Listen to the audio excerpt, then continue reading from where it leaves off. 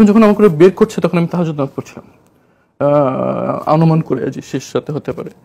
ওই সময়টা নর্মালি যারা প্রহরী তারা ঘুমায় এবং নর্মালি আমাদেরকে বিরক্ত করে না। আমার সময় নামাজ পড়ছিলাম, আমার সময় 10-12 জন আমার সেল ঢুকে গেল। ঢুকে আমাকে বললো, কড়া কণ্ঠে বললো যে নামাজ শেষ করেন তাড়াতাড়ি। নর্মালি এটা তারা করে না, করতো না আগে। আমি তাড়াতাড়ি নামাজ শেষ করলাম। তারা আমাকে চোখ বাঁধত যে জিনিসটা দিয়ে, সেটা ছিল সোয়েট রেজিস্ট্যান্ট ফ্যাব্রিক টাইপের এক ধরনের, যেটা ইউজুয়ালি সিকিউরিটি ফোর্সের ইউনিফর্মে ব্যবহার করা হয়। সেটা খুলে তারা আমাকে গামছা দিয়ে চোখ বাঁধলো, গামছা দিয়ে হাত বাঁধলো, বের করে তারা আমাকে বের করে নিয়ে চলে গেল। আমি তো আসলে বুঝতে পারিনি যে বাইরে বিপ্লব ঘটে গেছে। আমি মনে করলাম ওরা মনে আমাকে মেরে ফেলবে। আমি মনে মনে দোয়া পড়ছিলাম যে আমার জন্য মৃত্যুটা সহজ হয়।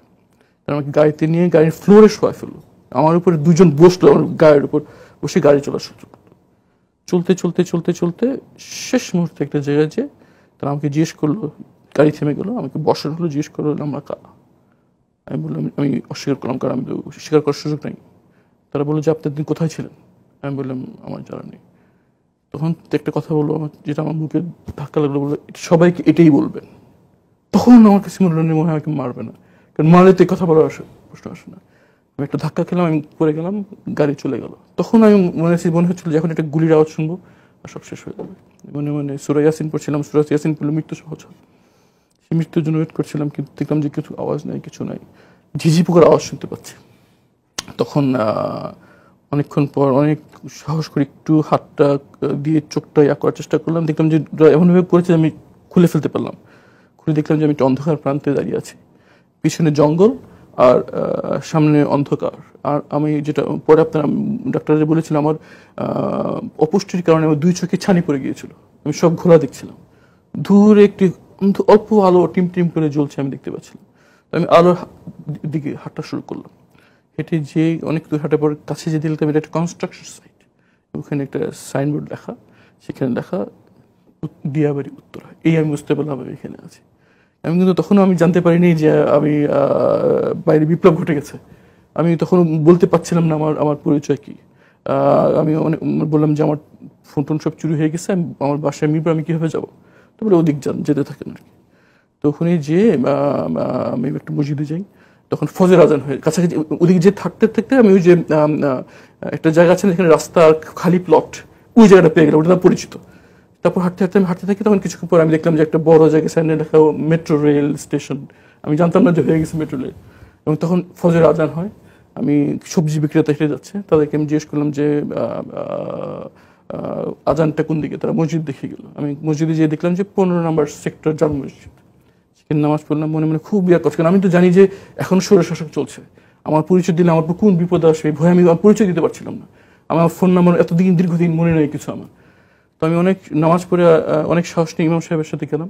উত্তরা যেহেতু বুঝতে পেরেছি, উত্তরা একটি অলাভজনক একটি প্রতিষ্ঠান, একটি হাসপাতাল ছিল, যেটা আমার পিতা প্রতিষ্ঠা করে দিয়ে গেছেন। তো আমার অনেক মানে আল্লাহ মানে আমার ইয়ে হলো যে উঠে গেলে হয়তো লোকজন আমাকে চিনতে পারবে। আমি ইমাম সাহেবকে যে বললাম যে ভাই আমি তো সব চিন্তা হয়ে গেছে, উত্তরায় একটু হাসপাতালটার পাশে আমার আত্মীয় থাকে, আমাকে নিয়ে যাবে নাকি। তো উনি আমাকে হাসপাতালে নিয়ে গেলেন। হাসপাতালের লোকজন, আমি একটু ময়লা লুঙ্গি পরা ছিলাম, ছেঁড়া গেঞ্জি গায়ে ছিল, গায়ে গামছা যেটা দিয়ে চোখ ভিতরে গায়ে পড়া ছিল, তারা আমাকে ঢুকতে দিচ্ছে না। বলছে যে কি দরকার। বললাম একটু কথা বলা দরকার, বড় স্যার কেউ আছে নাকি। বলে বড় স্যার তখন তো ভোরের সময়, বলছে 9টার দিকে আসবে, দূরে যান। আমাকে দূরে সরাই দিল। তো আমি রাস্তায় বসে থাকলাম, বসে বসে করছি। আস্তে আস্তে দেখলাম যে ক্লিনাররা আসলো, ডাক্তাররা আসলো, অনেক একজন স্যুট টাইপের একজন আসলো আর কি। তখন আমি দৌড়ে তার কাছে গেলাম। সে দেখলাম আমাকে লুঙ্গি পরে একটু দূরে আসছে দেখে সে তার মোবাইলটা তাতে পকেট হয়ে ফেলে, যাতে ভয় আশঙ্কা করতেছে কে, আমার চেহারা চিনতে পারেনি। কাছে গিয়ে আমি খুব দেখলাম যে আশা করছি একটু চিনে কিনা আমাকে, আমার তো চেহারা নষ্ট হয়ে গেছিলো। দেখলাম সে চিনতে পারছে না। তো আমি তাকে বললাম যে ভাই খুব বিপদে পড়ে আপনার কাছে আসছে, একটু মোবাইলটা একটু ব্যবহার করা যাবে নাকি। সে খুব সন্দেহ থেকে তাকাচ্ছে আমার দিকে, মোবাইল কেন। আমি বলি একটু বিপদে পড়ে এসেছি, একটু যদি দেখাতে সুযোগ দিতেন। সে তখন তো মোবাইলটা আমাকে দেয়। তখন আমি গুগল সার্চ করি আমার নাম, তখন আমার ওই ছবিটা উঠে আসে যে স্যুট টুট। তো আমি মোবাইলটা আমার মুখের কাছে নিয়ে দেখলাম, চিনতে পারছেন। সঙ্গে সঙ্গে কেটে আমাকে জড়ো করলো, কিন্তু বলে ভাইকে ফেরত পেয়েছি, দেশ স্বাধীন হলো, ভাইকে ফেরত পেয়েছি। দেশ স্বাধীন হয়েছে মানে সেই মুহূর্তে জানতে বললাম দেশ স্বাধীন হয়েছে। পরে আমি মনে আছে তার বাসায় তার অফিসে বসে ল্যাপটপে দেখলাম যে গুলি হচ্ছে, বাচ্চা ছেলে গুলির সামনে দাঁড়িয়ে আছে। মারা ছেলেদেরকে গুলি লাইনে পাঠিয়ে দিচ্ছে। এই তরুণ যাদের এইসব জেনজি যাকে সবাই অত্যন্ত ছোটাছুলি করতো, যারা ট্যাব এবং গেমস নিয়ে পড়ে থাকে, প্রাইভেট ইউনিভার্সিটির ছাত্র যাদেরকে অন্য পাবলিক স্টুডেন্ট সাথে ফার্মের মুরগি বলে ডাকে, তারা গুলির সামনে বুক পেতে দিয়েছেন, যার পর আজকে আমরা দিনের আলো দেখছি। নাহলে হয়তো আমাদের ওখানে মৃত্যু হতো। তো এইভাবেই আমি মৃত্যু পরে পাই এবং পরে আমি জানতে পারি যে আমি স্বাধীন হয়েছে, দেশ স্বাধীন হয়েছে। এবং তারা তখন আমার পরিবারের সাথে যোগাযোগ করে। যখন হাসপাতাল থেকে ফোন যায় পরিবারের কাছে, সবাই ভয় পেয়ে গেল। তারা ফোনে বলতে সাহস পাচ্ছিল না, বলছে আপনার এদিকে আসেন, হাসপাতালে আসেন। তখন আমার পরিবার সদস্য ভয় পেলো যে কিছু খারাপ কিলো কিনা, হাসপাতাল তো নর্মালি লাশ যায়। তখন তারা বললো একটু ছবি পাঠান। তখন তারা আমার মোবাইল আমার মায়ের মোবাইল আপনার ছবি পাঠান। তখন মা সব জানতে বলে যে তার ছেলে বেঁচে।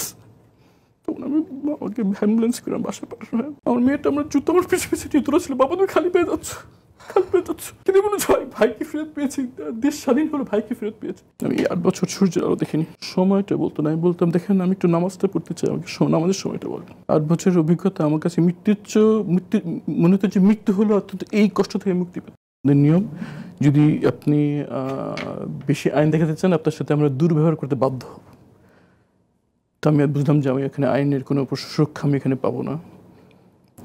তারা আমাকে চোখ বেঁধে দিল। এই ছিল আমার 8 বছর অন্ধকারের জীবনের শুরু। আমি 8 বছর সূর্যের আলো দেখিনি। তো আমাকে যে ছেলে রেখেছিল সেখানে বুঝতে পারতাম না বাইরে কি দিন আর রাত। আমরা কোথায় আছি আমাদের বলতো না, আচ্ছা কি দিন তারিখ বলতো না, সময়টা বলতো না। আমি বলতাম দেখেন আমি একটু নামাজটা পড়তে চাই, আমাকে নামাজের সময়টা বলেন। বলতে বলা যাবে না, আদেশ। আমার কাছে মনে হতো যে আমাকে জীবন্ত কবর দিয়ে দেওয়া হয়েছে। আমার কাছে মনে হতো যে মৃত্যু এর চেয়ে ভালো। 8 বছরের অভিজ্ঞতা আমার কাছে মনে হতো যে মৃত্যু হলো অত্যন্ত এই কষ্ট থেকে মুক্তি পেত। এবং দীর্ঘ 8 বছর আমি যা দেখেছি যে এটা সুচিন্তিতভাবে, সুপরিকল্পিতভাবে, নিয়মতান্ত্রিকভাবে এই বন্দিশালার বন্দীদেরকে এমন আচরণ করা হতো যেটা মৃত্যুর চেয়েও খারাপ অভিজ্ঞতা দেওয়া হতো। এবং এটা কোনো অ্যাক্সিডেন্ট ছিল না, এটা কোনো একজনের সাথে হচ্ছে ব্যাপারটা এরকম নয়। সুচিন্তিত এবং সুপরিকল্পিত এবং সর্বোচ্চ জায়গা থেকে মনিটর করা একটি প্রক্রিয়ার নাম ছিল এই বন্দি আয়নাঘর।